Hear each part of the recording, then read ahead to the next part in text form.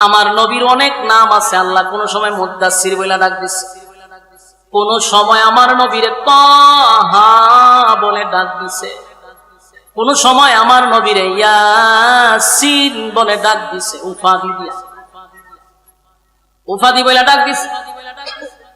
আল্লাহর নবীকে আয়াত নাযিল করে নবীকে জানায়া দিলেন, পয়গম্বর প্রস্তুতি নিতে হবে, প্রস্তুতি নিতে হবে, বিশাল এক দায়িত্ব আপনার উপরে। এইভাবে কম্বল দিয়া জড়ায়া থাকলে চলবে না, আপনার অনেক কাজ আছে। নবী এখনই প্রস্তুতি নেন। একে একে আমার নবীরে প্রস্তুতি নেওয়ার জন্য আল্লাহ বলতে শুরু করলেন। আল্লাহ বলেন, ইয়া আইয়ুহাল মুযাম্মিল, ও কমলিওয়ালা, ইয়া আইয়ুহাল মুযাম্মিল কুমিল লাইলা ইল্লা কালিলা। আপনি দাঁড়ায়া যান রাতের একটা অংশে, রাতের একটা অংশে আপনি দাঁড়িয়ে আমি আল্লাহর সামনে দাঁড়িয়ে আপনি নামাজ শুরু করে দেন। কিয়ামুল লাইল, তাহাজ্জুদ নামাজের কথা বলছে। এখানে অনেকগুলা কর্মসূচি দিচ্ছে, মনোযোগ দিয়ে যদি শুনেন তাহলে একটা একটা কোন যাবে। এক নাম্বার হলো আপনি প্রস্তুতি নেন। যে কোনো কাজ করতে গেলে এটার একটা প্রিপারেশন আছে না নাই? আপনারও ওয়াজ মাহফিল আইছো, একটা প্রিপারেশন আছে না? কেউ খাইয়া টিয়া বাড়িছে, কেউ না খাইয়া বাড়িছে, কাপড় চোপড় বনছে, পড়ার পরে সিদ্ধান্ত নিয়েছে মাহফিলে যাব। বিভিন্ন প্রিপারেশন আছে। আগে আগে বাজার ফিরে লাইছেন, আগে আগে চলে আসছেন, এটা একটা প্রিপারেশন। 23 বছর নবী দাওয়াত দিবে, দিনের খেদমত করবে, নবী কেউ আল্লাহ বলতেছে একটা প্রিপারেশন নেই। আর আপনার যে কাজগুলো করতে হবে, প্রথম কথাই হলো আপনি দাঁড়িয়ে যান কিয়ামুল লাইল, রাত্রের নামাজে দাঁড়িয়ে যান। তখন শুধু এই তাহাজ্জুদের নামাজের কথা বলছে, তখন 5 ওয়াক্ত নামাজ ছিল না। তাহাজ্জুদের নামাজ তখন ফরজ ছিল, সাহাবায়ে কেরামও পড়ছে। রাসূলকে বলছে আপনি নামাজে দাঁড়িয়ে যান। রাত্রের নামাজ, এই নামাজটা অত্যন্ত গুরুত্বপূর্ণ।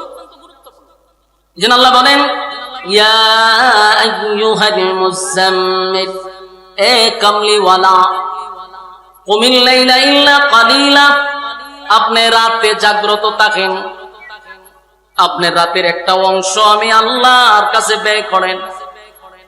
নিসবাহু আও ইনকুসহু মিনহু কালিলা, অথবা রাতের একটা অংশ হইলে চলবে। প্রথম দিক দিয়ে নয়, শেষের এক অংশ, 3 অংশের যে কোনো এক অংশ আপনি নামাজে দাঁড়িয়ে যান। আও জিদ আলাইহি ওয়ারাত্তিলিল কুরআন তারতিলা। এরপর আল্লাহ বলেন, নামাজ তো পড়বেন, গভীর রজনীতে যখন নামাজে দাঁড়িয়ে যাবেন, আমি আল্লাহর সঙ্গে আপনার কথা হবে। আর ইজ্জত আর সম্মান শুধু বাড়ে রাত্রের নামাজে। আমার কথা কি বুঝতেছে? কেউ যদি সম্মানী হতে চায়, কেউ যদি ইজ্জত পাইতে চায়, তাহলে সে যেন রাত্রের নামাজ পড়ে। রাত্রের নামাজ বলতে কোনটা? তাহাজ্জুদের নামাজ। পৃথিবীতে যারা সম্মানী হয়েছে গো, প্রত্যেকটা মানুষ রাতের নামাজ পড়ে পড়ে সম্মানী হয়েছে।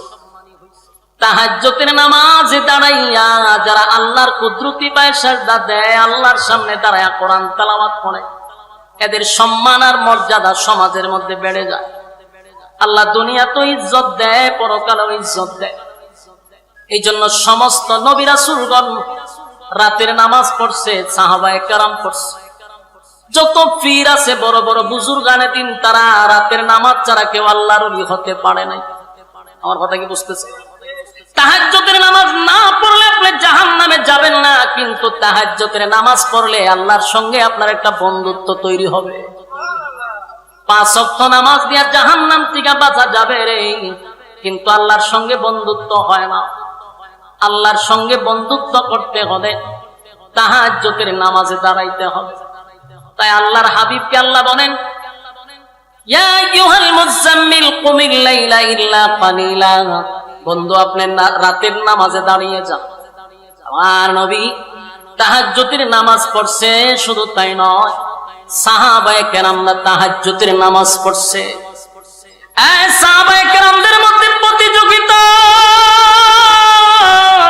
নামাজ নিয়ে প্রতিযোগিতা হইতো গো। নামাজ নিয়ে প্রতিযোগিতা হইত, কে কার আগে তাহাজ্জুদে দাঁড়াইতে পারবে। খলিফাতুল মুসলিমিন হযরত ওমর রাতের বেলা সিদ্ধান্ত নিল, আজকে সবার আগে আমি তাহাজ্জুদে দাঁড়াবো। মসজিদে নববীর ভিতরে সবার আগে গিয়ে আজকে আমি দাঁড়ায়া যাব। হযরত ওমর রাতের বেলা কাপড় পরিধান করে খুশবু মেখে মসজিদে নববীর দিকে রওনা দিয়া দিছে। মসজিদে নববীর দিকে রওনা দিয়া দিল। যেই মাত্র মসজিদে নববীর মধ্যে গেল, গিয়া দেখে ওনার আগেই হযরত আবু বকর সেখানে উপস্থিত। সুবহানাল্লাহ। ওমর আফসোস করে বলে, হায় আফসোস, আমি আবু বকরের সঙ্গে পারলাম না। তারা ইবাদত নিয়ে প্রতিযোগিতা করত, আর আমরা এখন গুনাহ নিয়ে প্রতিযোগিতা করি। কার থেকে কে বেশি গুনাহ করতে পারে? গুনাহের প্রতিযোগিতা বেশি রে, নেকির প্রতিযোগিতা কম। এক্সাম্পল দিলেই বুঝতে পারবেন। এই যে প্যান্ডেলের ভিতরে অনেক মানুষ বসা, এর থেকে বেশি গিয়া দেখেন দোকান ফাটে আছে, কথা হয় না? রাস্তাঘাটে এর থেকে বেশি মানুষ ঘুরাইতেছে, আর কিছু সংখ্যক মানুষ আপনারা এখানে বসে আছেন, তার মানে আপনারা নেকির প্রতিযোগিতায় আছেন। আলহামদুলিল্লাহ বলেন। আল্লাহ এদের থেকে আপনাকে কত মহব্বত আর কত ভালোবেসে এখানে প্রচন্ড গরমের মধ্যে আপনি আমারে বসায় রাখছে, আবার আপনার সাথে লোকটারে রাস্তাঘাটে ঘুরাইতেছে, কাউরে দোকানে পাঠাইয়া ঘুরাইতেছে, কেউ রাস্তাঘাটে গল্প করতেছে। বুঝতে হবে তাদের থেকে আপনাকে আল্লাহ বেশি ভালোবাসে। কোন মানুষকে যদি মালিক পছন্দ করে গো, ওই মানুষটাকে আল্লাহ বেশিরভাগ দিনের কাজ করার সুযোগ করে দেয়। ওই মানুষটাকে আল্লাহ তাহাজ্জুদে দাঁড় করায়া দেয়, 5 ওয়াক্ত মসজিদে যাওয়ার সুযোগ করে দেয়, নেকির কাজে জড়িত রাখে। বুঝতে হবে আপনার মালিক আপনারে ভালোবাসে। এই সময় শুকরিয়া আদায় করবেন। মসজিদে যদি 5 ওয়াক্ত নামাজ পড়তে পারেন, নিজে নিজে শুকরিয়া আদায় করবেন যে আমার মালিক আমারে কত ভালোবাসে, এই জন্যই তো আমারে মসজিদে আনছে, আমার সাথে লোকটারে দোকানপাটে বাজারে বসায় রাখছে, আর আমারে মসজিদে রাখছে। খুশি না বেজা? আমার যুবক ভাইরা, সাহাবায়ে কেরামরা নেকির প্রতিযোগিতা করত, নেকির প্রতিযোগিতা করত। হযরত ওমর প্রতিযোগিতা করত আবু বকরের সঙ্গে, আবু বকরের সঙ্গে নেকির প্রতিযোগিতা করত, কিন্তু যত চেষ্টাই করত, কিন্তু আবু বকরের সাথে উনি পারতেন না আগে গিয়ে কোনো বুঝতে। আমার যুবক ভাইরা, আমাদের উচিত নেকির প্রতিযোগিতা করা। কথা বল না দি, আগে আগে মসজিদে যাওয়া। যে কোনো কাজ আমার নিয়ত থাকতে হবে, এর আগে আমার এই কাজটা করতে হবে। এটা হলো নেকির প্রতিযোগিতা, এটা আল্লাহ পছন্দ করে। আমার যুবক ভাইরা, এই সূরা মুজাম্মিল নাজিল হওয়ার কারণ ছিল, প্রথম দিক দিয়ে যখন কোরআন নাজিল হয়েছে, আমার নবীটা লোড সহ্য করতে পারে নাই। অনেক সাহাবীরা বলতো, হাবিবে কিবরিয়া যখন ঘোড়ার উপরে থাকতো অথবা উটের উপরে রাসূল বসতো, তখন যদি কোনো আয়াত নাজিল হইতো, উটের পাগুলি জমিনে ঢুকে যাইত। সুবহানাল্লাহ আছে? তাহলে কোরআনের আয়াতের লোড আছে না নাই? আম্মা জান আয়েশা বলেন, প্রচন্ড ঠান্ডার মধ্যে কম্বলের নিচে আমরা শুয়ে আছি, এত ঠান্ডার মধ্যে যখন নবীর উপরে কোরআনের আয়াত নাজিল হইতো, আল্লাহর নবী ঘেমে যাইতেন, পেরেশান হয়ে যাইতেন, ওনার শরীর দিয়া গাম মোবারক বাহির হইত।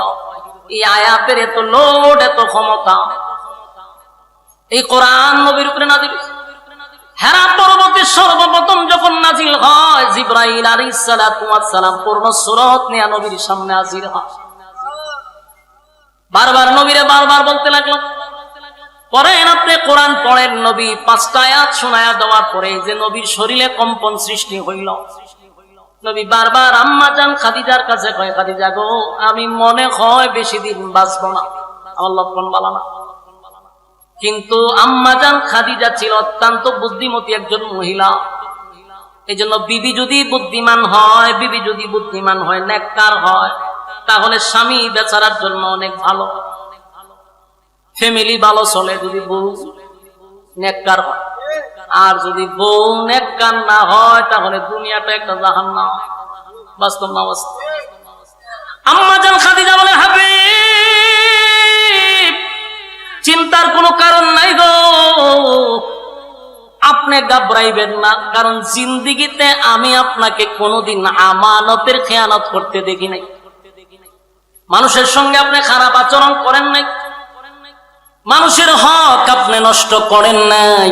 আপনার উপরে এমন মুসিবত হতে পারে না, কোন দুষ্ট জিন আপনাকে নষ্ট করতে পারে না, কারণ আপনি হক আদায় করছেন। তাই বিবি নিজের স্বামীকে সান্ত্বনা দেয় আর বলতেছে, নিশ্চয়ই আপনার সঙ্গে যার দেখা হয়েছে দুনিয়ার কোনো মানুষ নয়, এটা আল্লাহর কোন ফেরেশতা। সুবহানাল্লাহ। সান্ত্বনা দিতেছে। আর আমরা যদি বউ হইতো, যদি হইতাম বলে একটা কুস্তা দিকে লাইছি, বললো মুরগি একটা সদকা দিয়ে দাও, আনলে অমুক মাজার একটা গরু লিয়ে দাও, ছাগল একটা লইয়া দাও, নিয়ে বাবার মান্নত করো, বালি যাবা। বুদ্ধি পরামর্শ তো বড় অভাব নাই, বড় একটা গুরু হল দুটো নেতা লাইছে। কিন্তু আম্মা জানায় খাদিজা বলেন যে আপনি জীবনে কারো ক্ষতি করছেন না, আপনারে তো কোনো জিন্নাতেও ক্ষতি করতে পারে না, সুতরাং আপনার সাথে যার সাক্ষাৎ হয়েছে নিশ্চিত উনি আল্লাহর কোন পাঠানো ফেরেশতা। সুবহানাল্লাহ। জিবরাইল তো আসলেই নবীর সঙ্গে সাক্ষাৎ করছে। এখন রাসূল তো কাঁপতেছে, কারণ এটা তো লোড মারাত্মক। এরপরে নবী ওনার কাছে যখন কোরআন আসে, আল্লাহ রাব্বুল আলামিন ঘোষণা দিয়া দিলেন, হাবিব 40টা বছর আপনি চুপ ছিলেন, চুপ থাকার কথা আমি আল্লাহ আপনাকে বলেছি। এবার আমি আল্লাহ আপনাকে বলে দিলাম, মক্কা নগরীর মানুষকে আপনি জানায়া দেন, আপনি শুধু মুহাম্মদ নয়, আপনি হলেন মুহাম্মাদুর রাসূলুল্লাহ সাল্লাল্লাহু আলাইহি ওয়াসাল্লাম। আল্লাহর হাবিব সর্বপ্রথম দিনের দাওয়াত দেওয়ার আগে আম্মা জান খাদিজাকে বললেন, খাদিজা গো, আমি তো দিনের দাওয়াত লইয়া মানুষের কাছে যাব, মানুষ যদি আমার জিজ্ঞাসা করে আপনার ঘরওয়ালি আগে দাওয়াত গ্রহণ করছে, আমার ঘর যদি ঠিক না থাকে আমি অন্য জায়গায় দাওয়াত দিয়া কি করব? আম্মা জান খাদিজা কোনো কথা না বলে বললেন, লা ইলাহা ইল্লাল্লাহু মুহাম্মাদুর রাসূলুল্লাহ সাল্লাল্লাহু আলাইহি ওয়াসাল্লাম। আল্লাহর নবী বললেন, খাদিজা কোনো প্রশ্ন করলে না, প্রশ্ন না করে আমার কালেমা তুমি গ্রহণ করলে। আম্মা জান খাদিজা বলেন, আমি তো অপেক্ষায় ছিলাম কবে আপনি বলবেন যে আমি আল্লাহর রাসূল, আর আমি এটার জন্য অপেক্ষায় ছিলাম। সুবহানাল্লাহ। আল্লাহর নবী নিজের ঘরের মধ্যে কালেমার দাওয়াত গ্রহণ করাইতে পারলেন, সাথে সাথে উনি মক্কা নগরীতে চলে গেলেন। গিয়া এক জায়গায় দাঁড়াইয়া সবাইকে একত্রিত করে বললেন, এই মক্কার মানুষেরা শোনো, আজকের পর থেকে শুধু আমি মুহাম্মদ নয়, আমি হলাম মুহাম্মাদুর রাসূলুল্লাহ সাল্লাল্লাহু আলাইহি ওয়াসাল্লাম। আর আমার সঙ্গে তোমরা পড়ে নাও, লা ইলাহা ইল্লাল্লাহু মুহাম্মাদুর রাসূলুল্লাহ সাল্লাল্লাহু আলাইহি ওয়াসাল্লাম। আমার যুবক ভাইয়েরা, মুরব্বী বাবারা, দিনের কান লাগায়া কথাগুলি শুনেন। প্রতি রাত আপনারা ঘুমান, প্রতি রাত আড্ডা মারেন, একটা রাত্রি না হয় একটু কষ্ট করলে অসুবিধা হইব। এক হাবিবি কিবরিয়া 40 বছর পর্যন্ত কাউকে আদেশ করে নাই, কাউকে নিষেধ করে নাই। 40 বছর পরে যখন বললেন লা ইলাহা ইল্লাল্লাহ, নেই কোনো মাবুদ আল্লাহ ছাড়া, মুহাম্মাদুর রাসূলুল্লাহ সাল্লাল্লাহু আলাইহি ওয়াসাল্লাম আমি আল্লাহর বান্দা এবং রাসূল, আমার পরে আর কোন নবী পৃথিবীতে আসবে না, কোন রাসূল পৃথিবীতে আসবে না, আল্লাহ আমারে আখিরি জামানার পয়গম্বর হিসেবে প্রেরণ করেছেন। তোমরা আমার সঙ্গে পড়ে নাও লা ইলাহা ইল্লাল্লাহ, এই কালেমা পড়ে নিলে দুনিয়া এবং পরকালে শান্তি পাইবা। যুবক ভাই, যে মক্কার মানুষ আমার নবীকে আল আমিন বলে উপাধি দিল গো, আবু জাহেলের মতো ব্যক্তি আমার নবীর আল আমিন বলে ডাকছে। মক্কার মধ্যে আমার নবীর কোন দুশমন ছিল না, মক্কার ভিতরে আমার নবীর দুশমনি কেউ করত না, কেউ নবীর বিরোধিতা কোনোদিন করল না।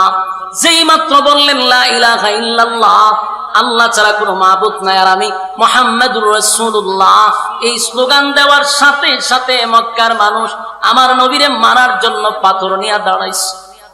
আমার কথা কি বুঝতেছেন? তার কারণ হলো এতদিন নবী আদেশ করে নাই, নিষেধও করে নাই, নবীর কোনো শত্রু ছিল না। যেই মাত্র নবী আদেশ করতে লাগলেন, নিষেধ করতে লাগলেন, শত্রুর এখন অভাব নাই। সমাজের মধ্যে যদি আমি আপনি আদেশ করি, নিষেধ করি, আপনি আমার শত্রু আছে। আর আপনি আমি যদি আদেশও নাই, নিষেধও নাই, একজনে খারিয়া নাচতেছে, আপনি যখন আস্তাগফিরুল্লাহ এটা করেন ঠিক না, হয়ে আপনি তসবিলিয়া মসজিদে গেছেন না, তাহলে আপনার কোনো শত্রু নাই। কিন্তু সমাজের মধ্যে শিরিক হচ্ছে, বেদাত হচ্ছে, আপনি চোখে দেখার পরেও যদি কথা না বলেন, যদি আপনার শত্রু নাই, কিন্তু আল্লাহর কাঠ ধরে আপনাকে জবাব দিতে হবে। কথা কই না দি? এই জন্য রাসূল যতদিন আদেশ নিষেধ দেয় নাই, ততদিন শত্রু নাই। যেদিন থেকে বললেন আজকের থেকে সুদ খাওয়া যাবে না, ঘুষ খাওয়া যাবে না, মদ খাওয়া যাবে না, জানা ব্যভিচার করা যাবে না, দুর্নীতি করা যাবে না, টেন্ডারবাজি করা যাবে না, চাঁদাবাজি করা যাবে না, সেদিন থেকে নবীর বিরুদ্ধে সবাই দাঁড়িয়ে গেছে। এর আগে শত্রু নাই। শত্রু হইল কেন? যারা চাঁদাবাজি করতো, এখন চাঁদাবাজির বিরুদ্ধে কথা বলে আমি মৌলবীরে বালা ভাবে চাঁদাবাজে, হ্যাঁ কথা কই না? দুর্নীতিবাজের বিরুদ্ধে কথা বললে আমি মৌলবীরে বালা ভাইব। মসজিদে যদি সুদকুরের ওয়াজ করি, সুদকুর যারা আছে এরাকে আমি হুজুরের বালা ভাইব। তাহলে আপনি যদি চিন্তা করেন যে আমার অনেক মুসল্লি আছে মাশাআল্লাহ সুদ খায়, আমি যদি সুদের বয়ান করি, তাহলে তো দেখা গেল আমার এরা করে খাওয়ান বন্ধ হয়ে যাবে। এই নিয়তে ইমামতি করলে আপনার পিছনে নামাজও হবে না। আর শত্রু না থাকতে পারে, কিন্তু আল্লাহর কাঠ ধরে আপনাকে জবাব দিতে হবে। সাদারে সাদা হইতেইব, কালারে কালা হইতেইব। আমার কথায় মনে আপনার একমত না? আওয়াজে বোঝা যায় লক্ষণ খুব খারাপ। আল্লাহ রাসূল 40 বছর চললেন, সবাই কইছে মক্কা নগরী কেন, গোটা পৃথিবীতে এমন সন্তান আর নাই, এমন ভালো মানুষ কেউ নাই। কিন্তু কালেমার দাওয়াত দেওয়ার পরই কয় মুহাম্মদকে মারার জন্য ভাতুল্লিয়া দাঁড়িয়ে গেছে। আহন চাচা ভাতুল্লিয়া দাঁড়াইছে কেন? ওই যে নিষেধ দিছে। আবু জাহেল আলামিন বলে শিক্ষার দিতে না, আবু জাহেল কয় যে মুহাম্মদকে দুনিয়ার থেকে সরাইতে হবে, নাউজুবিল্লাহ। কিন্তু সবাই জানতো উনি সত্য নবী। ওই যে রাসূল দাবি করার পরে এরা যখন জিজ্ঞাসা করছে কেমনে নবী হইছে, রাসূল কয় আমার 40 বছর অ্যানালাইজ করো। অ্যানালাইজ করে দেখে যে উনি নবী হওয়ার যোগ্য। সুবহানাল্লাহ। কারণ আল্লাহর হাবিবের জন্মটা তো এদের মধ্যেই হইছে, কথা কয় না? আবু জাহেল জানতো উনি সত্য নবী, আবু লাহাবও জানতো। যে আবু লাহাব পাথর লইয়া নবীরে দাঁড়াইছে, সেও জানতো যে উনি সত্য নবী, কারণ জন্মটা এরা নিজের চোখে দেখছে। আবু লাহাব নিজের বান্দি আজাদ করেছে নবীর আগমনের খুশিতে। হে আবু লাহাব পাথর লইয়া খারো, কারণ হক কথা বলার কারণে। হক কথাটা কিন্তু তিতা, এটা কিন্তু মিষ্টি না, এটা অনেক তিতা। এটা ভালো লাগতেও পারে, নাও লাগতে পারে, কিন্তু আপনাকে হক কথা বলতেই হবে, এটা যত খারাপ লাগে। আমার যুবক ভাইরা, আল্লাহর হাবিব দুনিয়াতে আসার কারণে সবাই যখন খুশি ছিল, আবু লাহাবও খুশি ছিল, আবু জাহিলও খুশি ছিল। এখনো নবীর আগমনে সবাই খুশি হয়, কিন্তু নবীর সিরাত অনুযায়ী চলতে মানে না, চলতে পারে না। যদি হয় নামাজ পড়, রোজা রাখ, পর্দা কর, নিজের বউরে পর্দা রাখ, নিজের বাচ্চারে পর্দা রাখ, এটা সহ্য করতে পারবে, কথা বুঝতেছে? কিন্তু নবীর জন্মের দিন মিছিলও করতে পারে, বিরিয়ানিও খাইতে পারে, কিন্তু নবীর হুকুম, নবীর তরিকা অনুযায়ী জীবন যাপন করতে তার ভালো লাগে না। আমি একটা বললাম, তুই যে মিছিল দিতা যাস, তোর তুই মুখ দাঁড়িয়েও নাই, নমাজও নাই, তুই মুইতে বানিয়ে লস না, না থাকলে দিছে নবীর প্রেম আছে, নবীর প্রেম দিয়ে কি জান্নাতে যেতে পারবে? হ্যাঁ কথা কই না? আবু তালেবের ভালোবাসা এক পাল্লা ভাই আপনি রাখেন, আর তাম পৃথিবীর সমস্ত মুমিনের ভালোবাসা এক পাল্লা ভাই রাখেন। শুধু ভালোবাসাটা মাপেন, খুদার কাসাম আবু তালেবের একদিনের ভালোবাসার সমান হবে না। বলুন সেই আবু তালেব জান্নাতি না জাহান্নামী? কেন? ভালোবাসার কোনো কমতি ছিল? কোনো কমতি ছিল না। কিন্তু এই ভালোবাসা লইয়া গেছে তো জাহান্নামে গেছে, যদিও জাহান্নামের শাস্তি অনেক কম। কেন কম? নবীর প্রতি ভালোবাসা ছিল, নবীর এমন কোন অংশ নাই আবু তালেবের শরীরে লাগে নাই, এই জন্য আল্লাহ শরীরের মধ্যে আগুন লাগাইছে না। কিন্তু যেই জায়গা আগুন লাগাইছে ভাবের তলা, ওই মাথার মগজ পর্যন্ত এইভাবে উতরাইতেছে। কিন্তু ভালোবাসা আবু তালেবের কোনো কমতি ছিল না। তাহলে এখান থেকে আমরা বুঝতে পারলাম শুধু ভালোবাসা দিয়ে জান্নাতে যাওয়া যায় না, ভালোবাসার সাথে নবীর আতাত লাগে, নবীর অনুসরণ অনুকরণ, নবীর তরিকা অনুযায়ী জীবনযাপন করতে হয়। কথা বলেন না? বলুন, শুধু ভালোবাসা দিয়ে জান্নাতে যাওয়া সম্ভব না ভালোবাসার সাথে নবীর তরিকা লাগে? আমি কথাটা বললে একটা এক্সাম্পল দেই। আমি এক্সাম্পলটা দিলে সাধারণ মানুষ বুঝতে সুবিধা। যেমন মনে করেন আমার মতো একটা ছোট্ট বক্তারও বক্তা আছে না নাই? আছে, সারা বাংলাদেশে আছে, ইউরোপ আমেরিকার থেকেও আমার বক্তব্য আছে, ফোন টুন দেয়। এই যে ভালোবাসা, অনেক মানুষ ফোন দিয়ে কান্নাকাটি করে, একদিন দেখা করুন হুজুর আপনার ওয়াজ শুনি, বিভিন্ন আবেগ আছে, ভালোবাসা এদের কমতি নাই। কিন্তু অনেক বক্তরে দেখলাম যে মুখদারিও নাই, মুসো নাই, সুন্নতি কোনো লেবাসও নাই, নমাজও পড়ে না, কিন্তু আমার জীবন লাগে। বলুন তো দেখি, আমার প্রতি তার ভালোবাসার কোনো কমতি আছে? কমতি নাই। কিন্তু কি নাই? আমার অনুসরণ অনুকরণ নাই। কথা হয় না? আমার যে অনুসরণ অনুকরণ তার মধ্যে থাকার কথা ছিল, এটা নাই, কিন্তু ভালোবাসা আছে। আল্লাহ নবীর প্রতি অনেক মানুষের ভালোবাসা আছে, যারা মিছিল করে এরা নবীর ভালোবাসা মিছিল যায়, নবীর জন্য জীবন দিতে এরাও প্রস্তুত। এরা যে ভালোবাসা নাই কথা বলতে পারবে না, এরা নবীর লেগে জীবন দেলাইতে প্রস্তুত। কিন্তু সমস্যাটা হইলো এদের মধ্যে নবীর তরিকা নাই, নবীর অনুসরণ নাই, নবীর অনুকরণ নাই। শুধু ভালোবাসলেই হবে না, আপনি নবীর তরিকাটা খালি গ্রহণ করেন, সবচেয়ে বড় আশিক রাসূল আপনি হবেন। নবীর তরিকাটা মানে, কারণ আমি নবীর তরিকা নাই, ভালোবাসার স্লোগান দিতেছে, ফায়দা হইব নি? আবু তালেব নবীর ভালোবাসা, একবারে মৃত্যুর আগ পর্যন্ত নবী কান্নাকাটি করছে যে আপনি একবার শুধু কালেমাটা পড়েন।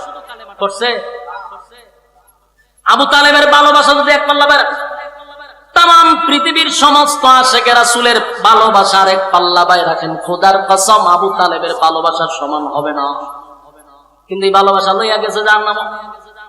আল্লাহর হাবিব বলেন, চাচা জীবনটা বড় আপনি আমারে ভালোবাসছেন, নিজে না খাইয়া নবীরে খাওয়াইল, ঘুমের সময় নবীরে জড়াইয়া দইরা ঘুমাইতো, এমনকি 3 বছর কারাবন্দী ছিল, রাসূলের সাথে জেল পর্যন্ত খাটছে।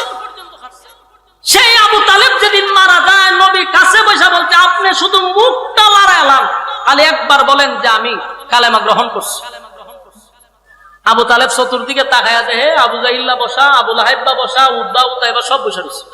আল্লাহ রাসূল বুঝতে পারছে যে চাচায়ারা দিকটা কালেমা পড়ে না, তাই খুব কাছে গেছে, গিয়া রাসূল চোখ দিয়া পানি ছাড়তেছে আর বলতেছে, চাচা আপনার, আমি বুঝতেছি আপনি এদের দিকে তাকাইয়া কালেমা পড়তেছেন, আপনি শুধু মুখটা আমার কানের মধ্যে লাগাই রাখেন, আপনি টুটটা লড়াইলেই হবে, আমি আল্লাহরে বলবো যে আমার চাচা পড়ছে, কিয়ামতের মাঠে আপনাকে না নিয়ে আমি জান্নাতে যাব না। কি সুযোগটা দিছে দেখছে? কিন্তু আবু তালেব বলেন, ভাতিজা তুমি আমারে নসিহত করা লাগবে না, তুমি যে আল্লাহর পয়গম্বর সেটা মক্কাবাসীর থেকে আমি বেশি জানি। সুবহানাল্লাহ। তুমি সত্য নবী যাও জানি, তোমার কোরআন সত্য, তোমার আল্লাহ সত্য, তুমি রাসূল সত্য, এটা আমি জানি, কিন্তু আমি কালেমা পড়ব না। নাউজুবিল্লাহ। আল্লাহর নবী বলেন, প্রাণের চাচা কলিজাটা দিয়ে আমারে ভালোবাসছেন গো, আপনি আমারে এত ভালোবাসছেন, আমি কেমনে সহ্য করব? আপনি জাহান্নামের আগুনে জ্বলবেন আর আমি নবীটা দেখবো, এটা কেমনে সম্ভব?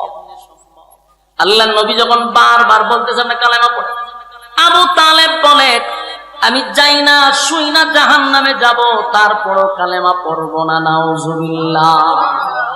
আল্লাহ রাব্বুল আলামিন তখন আয়াত নাজিল করে বলেন, বন্ধু আপনি কাঁদেন না, আপনি আর একটা কান্না কাটিও করবেন না, কারণ আপনার চাচা বলছে কালেমা পড়বেন, আপনি আরেকবার তারে রিকোয়েস্ট করবেন না, আমি আল্লাহ আপনার চাচাকে হেদায়েত দিব না, আমি তারে হেদায়েত দিব,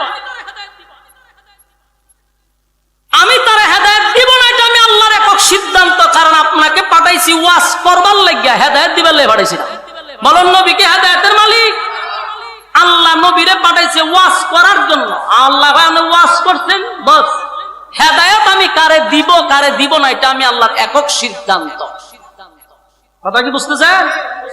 কালেমা পড়লো না, কিন্তু ভালোবাসার কোনো কমতি ছিল না। আমি আপনাদেরকে বলি, আমার যুবক ভাই, মুরব্বী বাবারা, আপনাদের ভিতরে ভালোবাসার কমতি নাই, শুধু সাথে নবীর তরিকাটা রাখেন, আবু বকরের সাথে আপনার হাসর হবে। নবীর তরিকা অনুযায়ী জীবন যাপন করেন, উমরের সাথে হাসর হয়ে যাবে, কারণ ভালোবাসা আপনাদের আছে। শুধু নবীর তরিকা অনেকের মধ্যে নাই, দাড়ি রাখে না, নামাজ পড়ে না, পতলাপ করে পানি লয় না, নিজের বিবিরও পর্দায় রাখে না। বলুন এইভাবে কি জান্নাত পাওয়া সম্ভব? খালি স্লোগান দিলেই কথা হয় না। আল্লাহ রাব্বুল আলামিন বলেন হেদায়েতের একমাত্র মালিক আমি আল্লাহ, কিন্তু যারা হেদায়েত আমার কাছে ভিক্ষা চায় আমি তাদেরকে হেদায়েত দিয়ে থাকি। যারা হেদায়েত চায় না রে, আমি আল্লাহ আসমান থেকে লাইম্মা তারে হেদায়েত দেই না। হেদায়েত আসমান থেকে লাইম্মা কেউ দেয় না। হেদায়েতের জন্য আল্লাহর কাছে আপনি চাইতে হবে। আপনি মুনাজাত যতবার করেন, একদিন কি কইছেন যে আল্লাহ আপনি আমারে হেদায়েত দেন, আল্লাহ আপনি আমারে হেদায়েতের ভিক্ষা দেন, আপনি আমারে মহব্বতের বান্দা হিসাবে কবুল করেন, এদিকে আল্লাহর কাছে কইছেন? তা আমরা তো আল্লাহর কাছে হেদায়েত চাই না, এই জন্য আমরা হেদায়েত পাই না। হেদায়েতের জন্য আল্লাহর কাছে চাইতে হবে। কথা কি বুঝতেছেন? আবু তালেব সব জানতো, কিন্তু হেদায়েতের জন্য আল্লাহর কাছে একবারও দরখাস্ত করে নাই। এই জন্য আল্লাহ ভাই আমি তার হেদায়েত দিব না। নবীর চাচা আবু তালেবরে হেদায়েত দিল না, ওয়াহশিরে আল্লাহ হেদায়েত দিয়ে দিছে। কথা কি বুঝতেছেন? আমির হামজারে যিনি মারছেন সেই ওয়াহশি কত সাহাবীদের মধ্যে সবচেয়ে একেবারে নিচু দরজা রইল ওয়াহশি, আল্লাহ ওয়াহশিরে হেদায়েত দিয়ে দিছে। কিন্তু আবু তালেব নবীরে ছাড়াইয়া হক খাবার খায় নাই। 50 বছর পর্যন্ত নবীরে লালন পালন করছে, নিজের সন্তানের চেয়ে বেশি রাসূলকে মহব্বত করছে, কিন্তু আবু তালেব হেদায়েত পাইল না। আর ওয়াহশি নবীর কলিজায় আঘাত দিছে চাচারে হত্যা কইরা, কিন্তু ওয়াহশির আল্লাহ হেদায়েত দিয়ে দিছে। কারণ ওয়াহশি আল্লাহর কাছে হেদায়েত চাইছে যে আল্লাহ আমি যা করছি ভুল করে লইছি, আমার হেদায়েত দিয়ে দেন। আল্লাহ হেদায়েত দিয়ে দিছে। তো ওয়াহশির মতো একজন লোককে যদি আল্লাহ হেদায়েত দিয়া জান্নাতে দিয়া দেয়, আপনি আমি তো এরকম অপরাধ করছি না। আমরা যদি আল্লাহর কাছে হেদায়েত চাই আল্লাহ দিবনি? কথা হয় না। কিন্তু মুখে শুধু ভালোবাসার স্লোগান থাকলেই হবে না, নবীর আতাত করতে হবে। আমার যুবক মায়েরা, আবু তালেব ভালোবেসেও জাহান্নামে গেল, শুধু একটাই তার মধ্যে ছিল, এটা হলো অনুসরণ অনুকরণ। আমার নবীর অনুসরণ অনুকরণ তার মধ্যে ছিল না। এখনকার ইয়ং জেনারেশন সহ মুরব্বীদের মধ্যেও ভালোবাসার কোনো কমতি নাই, কিন্তু নবীর এতাত নাই, নবীর ভালোবাসা মহব্বত, নবীর অনুসরণ, নবীর অনুকরণ আমাদের মধ্যে নাই। এই জিনিসটা যদি আমাদের মধ্যে থাকে, কসম খোদা আল্লাহ বলেন আমি আমার বান্দারে হেদায়েত দিয়া দিব। এই যুবক ভাইয়েরা, মালিক জান্নাত বানাইছে মুমিনদেরকে জাহান্নামে দেওয়ার জন্য না, জান্নাত দেওয়ার জন্য আল্লাহ জান্নাত বানাইছে। কিন্তু জান্নাত আল্লাহর কাছ থেকে ছায়া আনতে হবে, আল্লাহর কাছ থেকে চাইতে হবে। আর চাইতে হবে বেশিরভাগ কিয়ামুল লাইল বলতে তাহাজ্জুদের সময়। আল্লাহর সাথে যদি আপনি আমার সম্পর্ক তৈরি করতে হয়, সেটা হলো গভীর রাত। বলুন সেটা কোন রাত? গভীর রাত। 5 ওয়াক্ত নামাজের মাধ্যমে জাহান্নাম থেকে বাঁচতে পারবেন, কিন্তু তাহাজ্জুদের মাধ্যমে আপনি আল্লাহর ওলি হইতে পারবেন। আমার কথা কি বুঝতেছেন? আপনি 5 ওয়াক্ত নামাজ দিয়ে ওলি হইতে পারবেন না। জান্নাত পাইবেন, জাহান্নাম থেকে বাঁচতে পারবেন, কিন্তু ওলি হইতে গেলে তাহাজ্জুদ করতে হবে। যেই ফিরে তাহাজ্জুদ করে না, এই ফিরে আল্লাহর ওলি হতে পারে না। এটা একবার স্পষ্ট। যদি কোনো ফিরে হয় নামাজ লাগে না, এর নাম্বার সারা বন্ধ, এর মধ্যে ঈমান নাই, এর 10টারে জাহান্নামে নিয়ে যাবে। আর তখনই ওলি হতে পারবে 5 ওয়াক্ত নামাজের পরে যদি সে গভীর রাত্রে আল্লাহর সাথে সম্পর্ক করে। ওলি হইতে গেলে একমাত্র তাহাজ্জুদ ছাড়া কোনো ব্যক্তি আল্লাহর ওলি হতে পারবে না। 5 ওয়াক্ত নামাজ দিয়া আপনি বাঁচতে পারবেন, কিন্তু সম্পর্ক তো ভিন্ন জিনিস। এখন আমি একটা এক্সাম্পল দিই। চাকরি আপনাকে আমি দিলাম, ডিউটি হলো 12 ঘন্টা, এই 12 ঘন্টা হলে আপনার দায়িত্ব, আপনি এটার বিনিময়ে টাকা পাইতেছেন। কথা বুঝতেছেন? এখন যদি আপনি ওভার টাইম করেন, যারা টাকা নেন না, তাহলে মালিকের সাথে আমি সম্পর্ক পারবো না, সম্ভব? কথা হয় না। 12 ঘন্টা ডিউটি করতেছে সে স্বার্থের জন্য। বলুন 12 ঘন্টা ডিউটি করে কিসের জন্য? স্বার্থের জন্য। 5 ওয়াক্ত নামাজ আমরা পড়ি আমাদের স্বার্থের জন্য। বলবেন স্বার্থ কেমনে? আমরা জাহান্নাম থেকে বাঁচবার লেগে 5 ওয়াক্ত নামাজ পড়ি, এটা আমাদের স্বার্থ, আমরা জান্নাত চাই। কথা কি বুঝে না মনে? 5 ওয়াক্ত নামাজ পড়ি কিসের স্বার্থে? জান্নাতের স্বার্থে। এটা স্বার্থের জন্য নামাজ পড়ি। আর অবস্থান তাহাজ্জুদের নামাজ জান্নাত পাওয়ার জন্য নয়, আল্লাহর সাথে বন্ধুত্ব করার জন্য। এই জন্যই যারা তাহাজ্জুদ করে এরা আল্লাহর ওলি হয়। আর 5 ওয়াক্ত নামাজের মাধ্যমে দায়িত্ব ভালো নয়। কোনটা করবে? 5 ওয়াক্ত দায়িত্ব পালন করতে হবে, ওভারটাইম করে আল্লাহর সাথে বন্ধুত্ব তৈরি করতে হবে। কথা হয় না?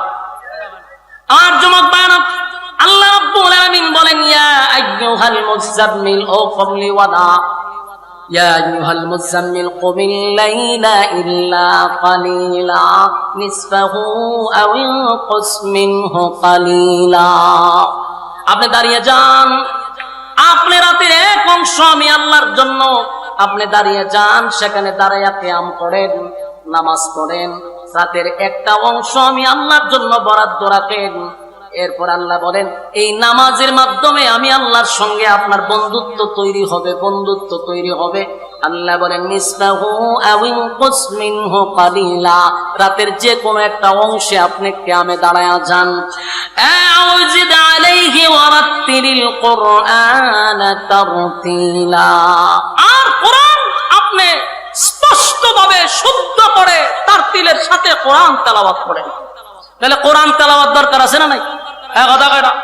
আমরা যে গিলাপ দিয়া ফেসায়া কোরআন শরীফ তৈছি, এটা আবার 1 বছর পরে রমজান বাড়ি ফিরে মোছামুছি করবো, গিলাপ তৈব, এই আমাদের কোরআন রাখার সিস্টেম।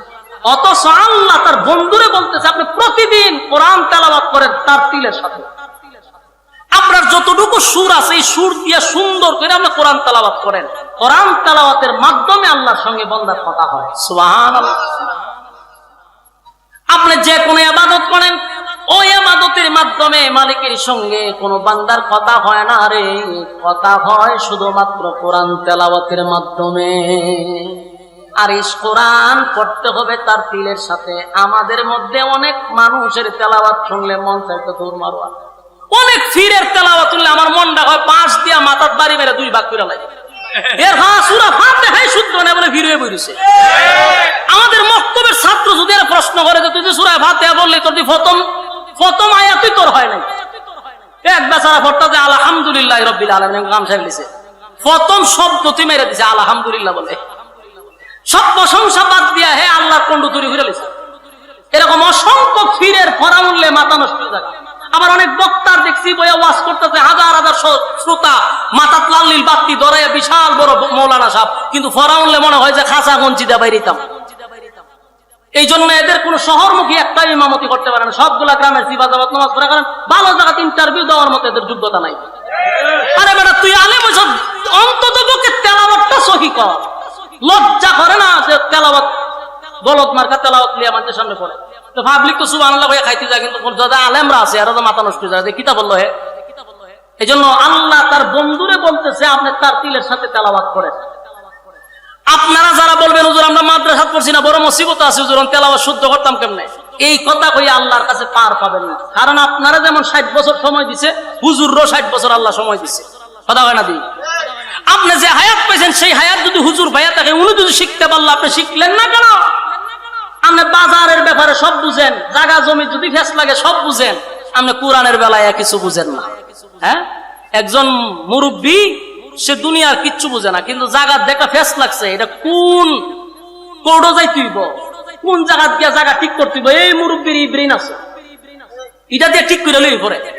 কিন্তু যেখানে জান্নাত আর জাহান্নামের প্রশ্ন, এখানে এসে হুজুর ভারী না আল্লাহ মাফ করবো, ডাইরেক্ট একটা কথা কয় হুজুর ইতা আমরার আল্লাহ মাফ করে দিব। আমি আল্লাহ জুতা দাবাই বা আধা ঘন্টা আল্লাহ মাফ করতে করে, আপনারা সময় দিচ্ছেন আল্লাহ। আপনাদের দুনিয়ার ব্যাপারে সব বুঝে, বাজার হাটের ব্যাপারে সব বুঝেন, ছেলেরে বিদেশ পাঠাইতেইব বুঝেন, আয় করতেইব বুঝেন, বিল্ডিং করতেইব বুঝেন, বুঝেন না শুধু সূরা ফাতিহা। হ্যাঁ, আবার হয় আমরা অনেক কিছু জিগাইলে আল্লাহ মাফ করবো, সহজ দলিল আল্লাহ মাফ করে দিবে।